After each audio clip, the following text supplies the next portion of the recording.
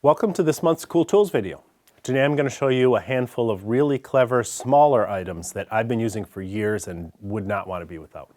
I'll also show you a couple of awesome new tools that you just have to see to believe. So let's get started. I picked these drill bits up a year or so ago because they just looked interesting.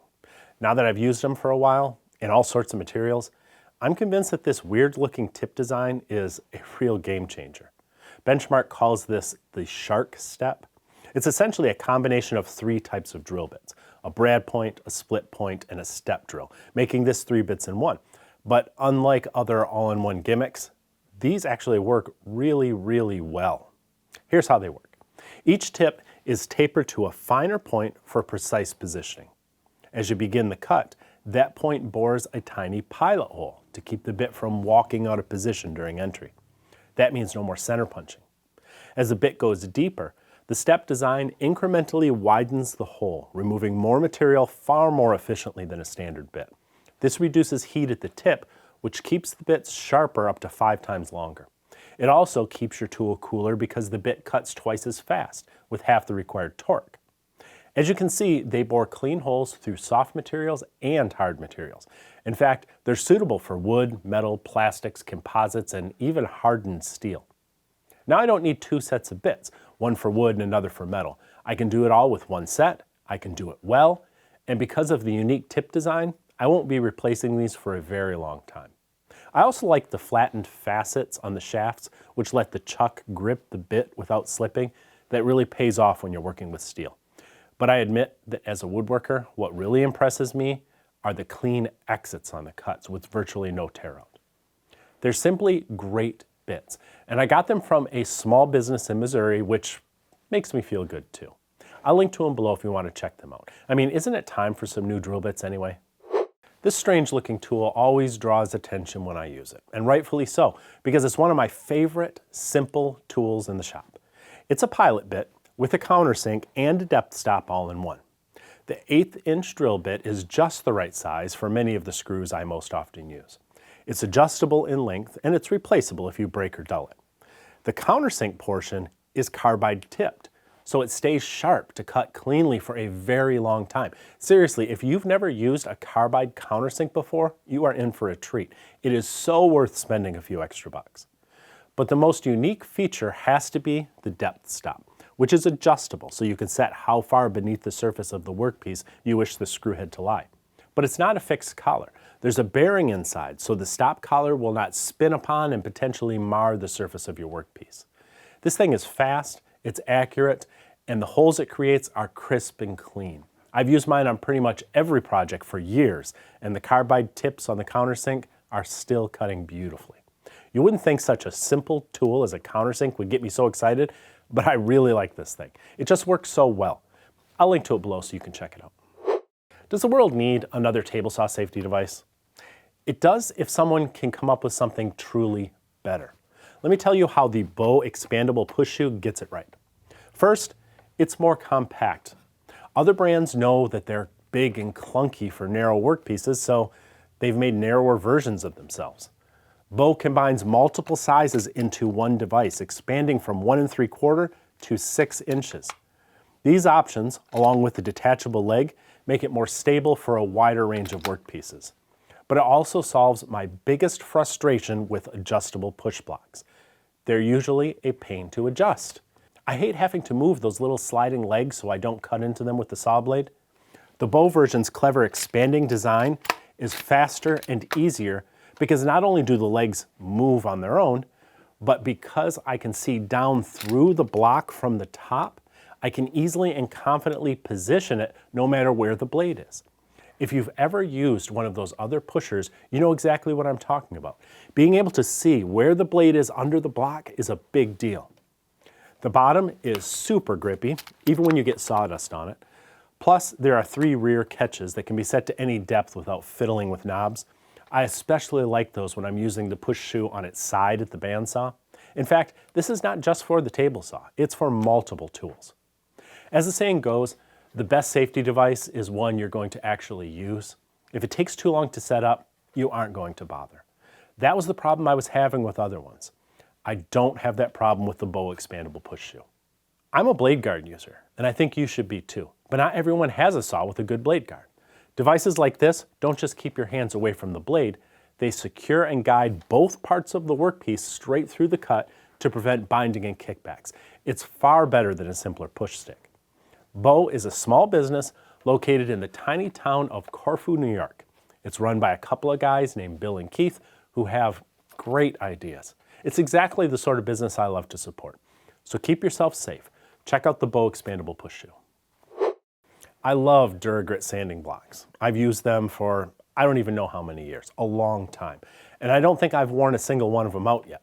I'm pretty sure I still have the first one I bought kicking around here somewhere. That's because they're covered with carbide grit, not the silicon carbide dust that you get on regular sandpaper. These are coated in chunks of durable, tool-grade carbide. It'll last hundreds of times longer than typical sandpaper. They come in 4 grits from 60 to 150. So these aren't for fine finishing. I use them for shaping and trimming and rough smoothing. In fact, they're ideal for joinery tasks because the side of the block is 90 degrees to the sanding surface. That lets you get into corners or square up tenons. I've even used them on a shooting board for miters and fitting parts like a hand plane. These are among my favorite hand tools ever, and that's saying something. But it mostly says you should just get one or two. I recommend an 80 and a 120 because those are the ones I use the most. Of course, if you're like me, you'll end up getting all the grits eventually, but there's nothing wrong with starting small and just seeing if you agree that these are cool tools. Use the link below to find out more. This shop cart has saved me a lot of walking and lifting over the last year or so. I like it for a lot of reasons, but mostly because it solves a big problem most woodworkers have. Let me explain. Whether you have a small or a large shop, you probably didn't consider things like where are you going to stack your boards when you run them through a machine like the jointer or planer or table saw. I know I didn't have an idea in my old shop, and it was always a hassle. Once I got a bigger shop, I also had some distance to cover between these machines. For a while, I used an old cabinet on some wheels, but a couple years ago, I bought a proper shop cart. It's lightweight, it has big swiveling wheels, and it holds 500 pounds. I'm pretty sure I've had considerably more than that on it, but the manufacturer says 500. It won't rust, it's tough as nails, and it's compact enough to stay out of the way when you don't need it. Plus, it's shockingly inexpensive compared to anything else that'll hold this kind of weight. Do you need a shop cart? Maybe you do, maybe you don't. But if you do, this is the one to get. I'll put a link below this video. A lot of folks talk about the ultimate saw upgrade. I'm not sure that phrase can be applied to any one thing, but this is definitely in that family. It's the Shark S10 overhead guard, and I have wanted one of these ever since I first saw it at a woodworking show 2 years ago. Now, I've got a lot of experience with these types of floating guards. I've owned both the SawStop version and the original Shark S12. This new S10 is so much better. First of all, it's much more compact. It doesn't get in the way like other versions. It's also much more adjustable with this clever articulating joint. That may seem like a minor thing, but other versions don't adjust as well, and that leads to damage. My SawStop guard also has to be manually adjusted based upon the thickness of the workpiece. The Shark guard has rollers and what they call an air spring lift, so it automatically lifts as the workpiece passes beneath, maintaining a minimal gap that makes the dust collection much more efficient. Perhaps the biggest improvement is the new mounting system. Other guards mount in the middle of the outfeed table, which makes it impossible to use that space for a router table. The old Shark S12 had a post that didn't make router table use impossible, but it sort of got in the way at times. The new Shark S10's post moves on a system of rollers, getting it out of the way quickly and easily. I love that idea. It is so smart. Of course, the arm telescopes as well. I think it extends to 62 inches, so you don't lose cross-cut capacity on larger saws. And the whole thing swings out of the way when you want full access to your saw top. As for dust collection, nothing's 100% on a table saw, but this thing makes a big difference. And it gives me full protection from the blade, even when I'm making non-through cuts, even with a dado set, something you simply can't do with a regular blade guard.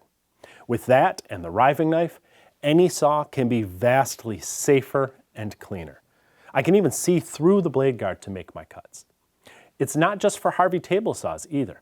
This will mount to any saw with an L-shaped rear rail. That's most cabinet saws and most contractor saws too. It isn't a cheap upgrade, but it's a big one in terms of safety and performance. You can check it out at harveywoodworking.com. We still have a limited supply of Stumpy Nubs patch hats featuring the bearded logo, available autographed or not.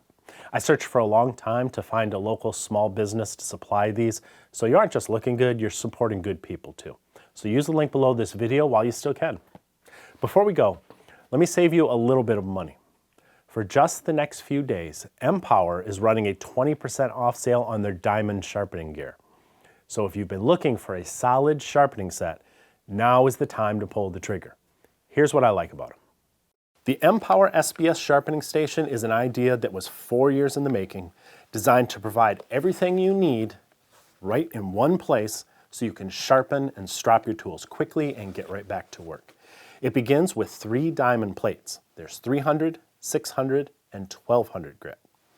After sharpening, you pop back on the magnetic stropping plates, which are color-coded to accept 3 levels of honing compound, including 1800, 2500, and 5000. When your tool's razor sharp, everything, including the compound sticks, the lapping fluid, it all goes back in the case. I like the simplicity of it. No more hunting around the shop for what you need. It is all in one place. In fact, I think it'll be just the thing to take with me when I travel. I like to carve when I'm on the road. If you're looking for a new system, or a second one for working outside the shop, the Empower SBS system is something you should at least take a look at.